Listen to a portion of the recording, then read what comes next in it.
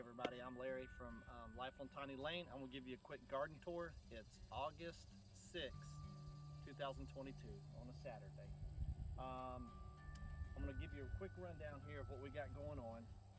You can see to my left here, that's our okra, and see how tall it's gotten. We got a few pepper plants in front of there, and then in the barrels here is our mint and some oregano, which is it's kind of dying back a little bit. Over on the right, you can see we got a lot of weeds right here.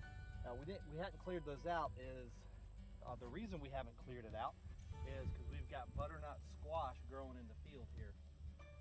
So you can see it right there. So we've kind of just let that go. I'll walk in here. These are our arbors. I finished probably about 4 weeks ago. We still got to fill them with dirt. I don't know what we're going to plant in here for the fall yet. We haven't decided. But for next spring, we're probably going to put cucumbers and grow cucumbers all over the arbor. All right, coming over here to our okra. So Laura's dad came down last weekend, and her mom. So they spent about a week with us. But he gave a suggestion of trimming out all underneath here. So this is already too big and not any good. But these little ones here, we've got to start picking.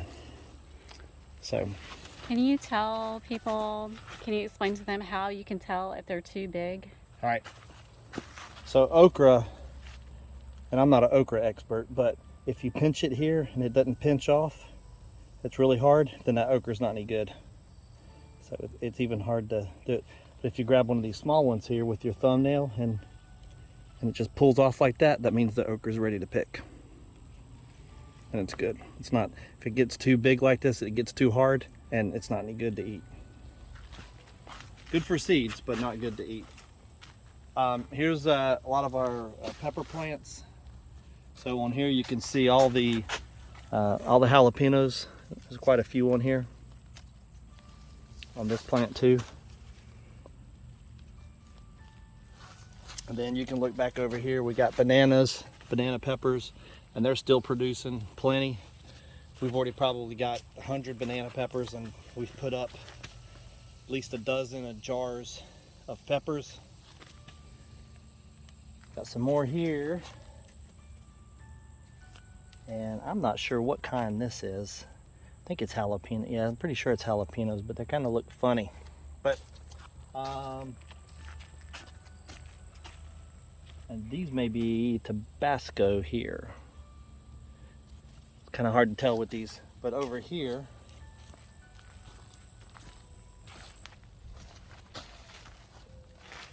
so we do have little. These are definitely Tabascos. These little ones. And then we got these jalapenos have already turned red in the pot.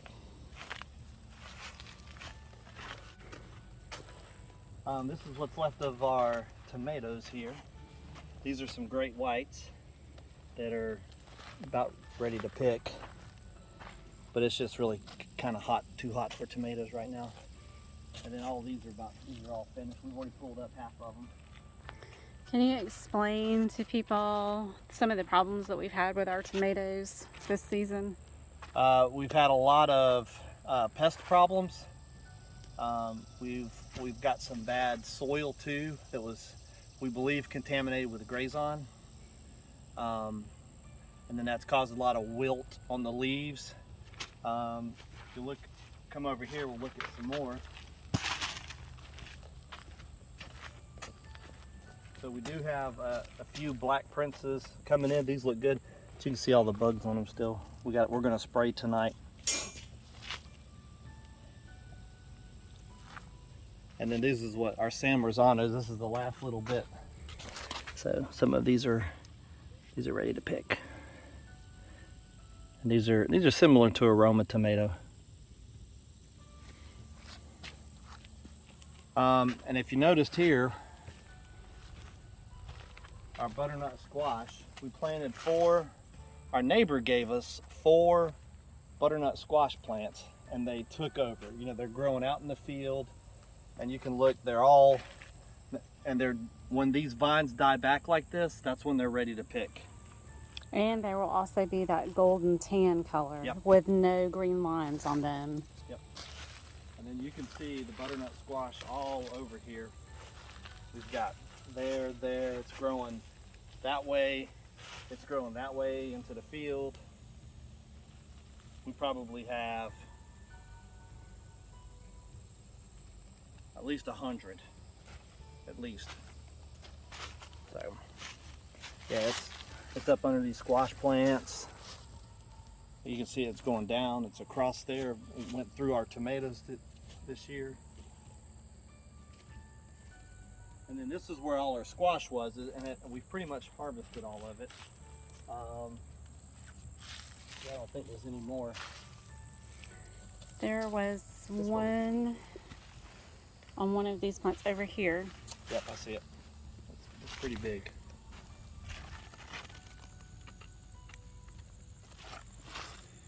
But the zinnias are doing good still. They're huge. So, yeah, this one plant has probably 50, 20, 30 flowers on it, because it's all over here too. Yeah, that's all part of the same one.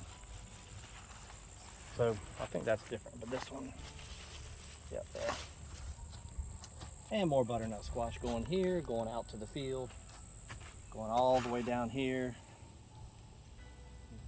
So there's like 7 there, 5 there, there's like 12 there. And then more, this is squash here. There's another, hey, there's some squash. Yeah, it's ready to pick. And what kind of squash did we end up planting this year? I think we planted crooked neck and straight neck. Does that sound right? Mm-hmm.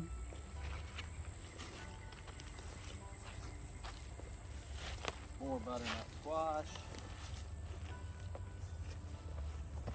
And then we've got a couple of great white tomato plants left that are giving us some fruit. That one's no good. But, yeah, these are heirlooms that we ordered. And then here,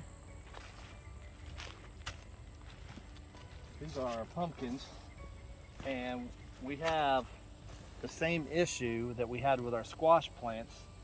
The squash vine borer got into these, and Laura treated them with a syringe and BT. So we're hoping we can save them. We saved a lot of the squash that way. We were able to kill all of them. But you can see this one here, it's got a little powdery mildew on it. So we're gonna treat that with some fungicide. And then we do have a pumpkin here that's growing. So we got one right there. And then we got another one over here. So we got a few.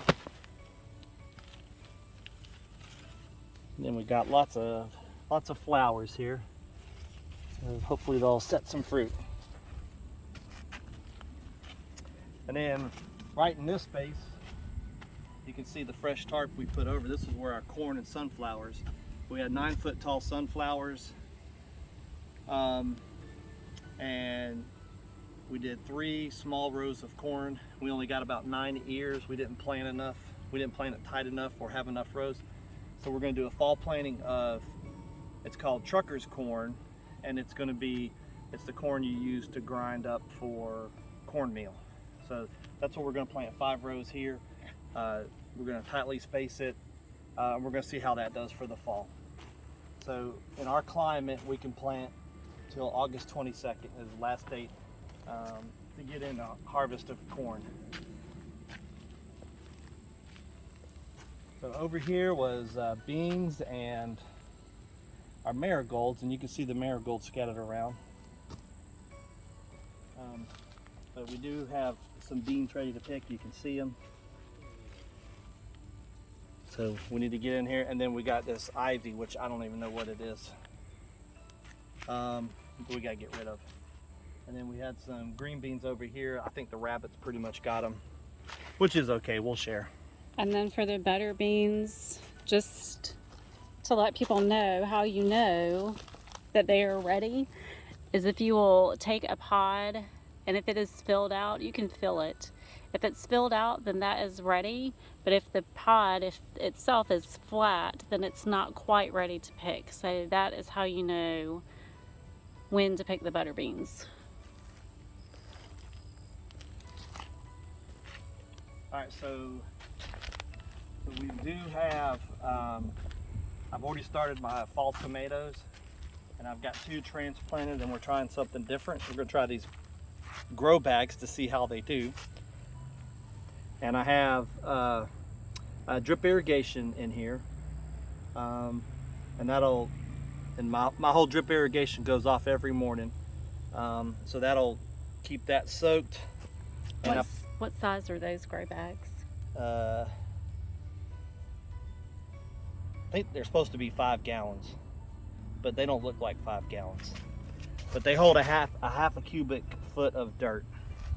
So we get 1.5 cubic feet of soil in the bags, and the stuff we've gotten from our local feed and seed, the local mom and pop, has been really good. We haven't had any issues with it, and I can fill 3 grow bags with 1 bag. So, and they're like $8 or $9.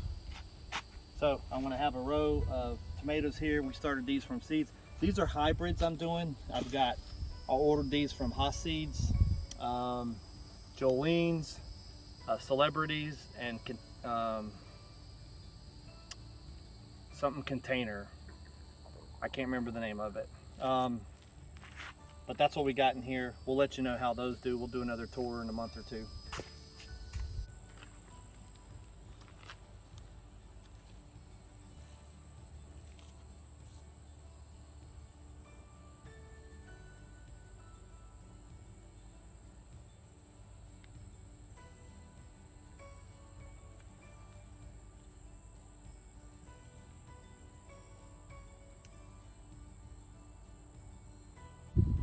All right, we're over here by our 2 blackberry plants.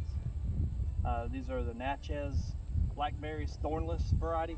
We've got a pretty decent harvest, and we're starting to see, this one really struggled, but it's actually producing some more fruit here. You can see all the green berries, and it's got some new growth on it. This one struggled for about a month, and then this one over here is going crazy. So when we first got them, that was the stronger plant. This was the weaker one. We put them in the ground, and we had initial harvest, not a huge one, but at least maybe a quart of blackberries total. But this one is just shooting out all this new growth here, and has about quadrupled in size in the past month and a half. So we're going to do some cuttings off of this and see if we can propagate it off that new growth. And then the plan is I may put 1 more in the middle, and then I'll continue this on down. We're going to clear this out here, and then we'll put several more plants over here.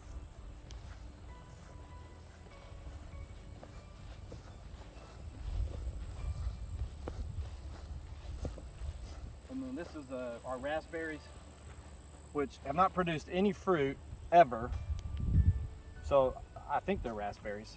But they just got in the ground late last year. I'm gonna put up some T-posts, and then I'll string these up and we'll get them up off the ground. But they've actually, when we finally cleared them out and got them looking healthy, they were about, the size of this hole here. So they have 4 or 5 times the size have grown. I've got 2 more in pots that are by the flower garden that we're going to add. I think I'm going to go that way and put the other raspberry plants in this area. Hey, I'm Laura from Life on Tiny Lane. I thought I would show you my favorite part, which I love the garden, but this has always been my vision, is having a cottage flower garden, and this will help the pollinators, the bees, the butterflies, the hummingbirds. I wanted a place to attract all of them. So we when we bought the property, we had one lone palm tree, and we decided to leave it because we love it. We love hearing the wind through the branches, and we definitely wanted to be able to clear out around it and plant something. So we found the fountain grass at our big box store, which was Lowe's, and these were on clearance. And I think we paid a little over $1 a piece for them. So the purple fountain grass will get about 4 to 5 feet tall, the same width, 4 to 5 feet wide. And so it will encompass the entire palm tree, which is going to look so good. We're looking forward to seeing how that is going to turn out. So my favorite thing, and the thing that has taken me a long time to plant, is my cottage garden. So what I did is I went online and I did a bunch of research for different flowers for different areas and found some things that I really liked. And then what Larry did is he sketched all of this out on a piece of paper and kind of came up with a format of how we needed to lay everything out. Now, when he did that, I did not know that he was creating it so large. So when I initially bought plants, I did not have enough plants and ended up having to go back. But one of the things that we wanted to tell you is that at the end of this season, your big box stores starts clearing plants out, mainly flowers. It's where they've either overbought or the flowers are just not selling or they're starting to look sad. That is when they start marking them down. And all of the plants that you see in all of these beds were marked down 50 to 75% off. A lot of these plants we purchased for $1 or $2. There were only a couple of plants in these beds that we paid full price for, and that was really just to fill in. But the plan is to finish planting out the beds, then they will get mulch or pine straw. And then you'll see that we left a path in between each of them. We really wanted to frame the palm tree for one, but our plan is to put landscape fabric down over all of this and then put some pea gravel down in the path.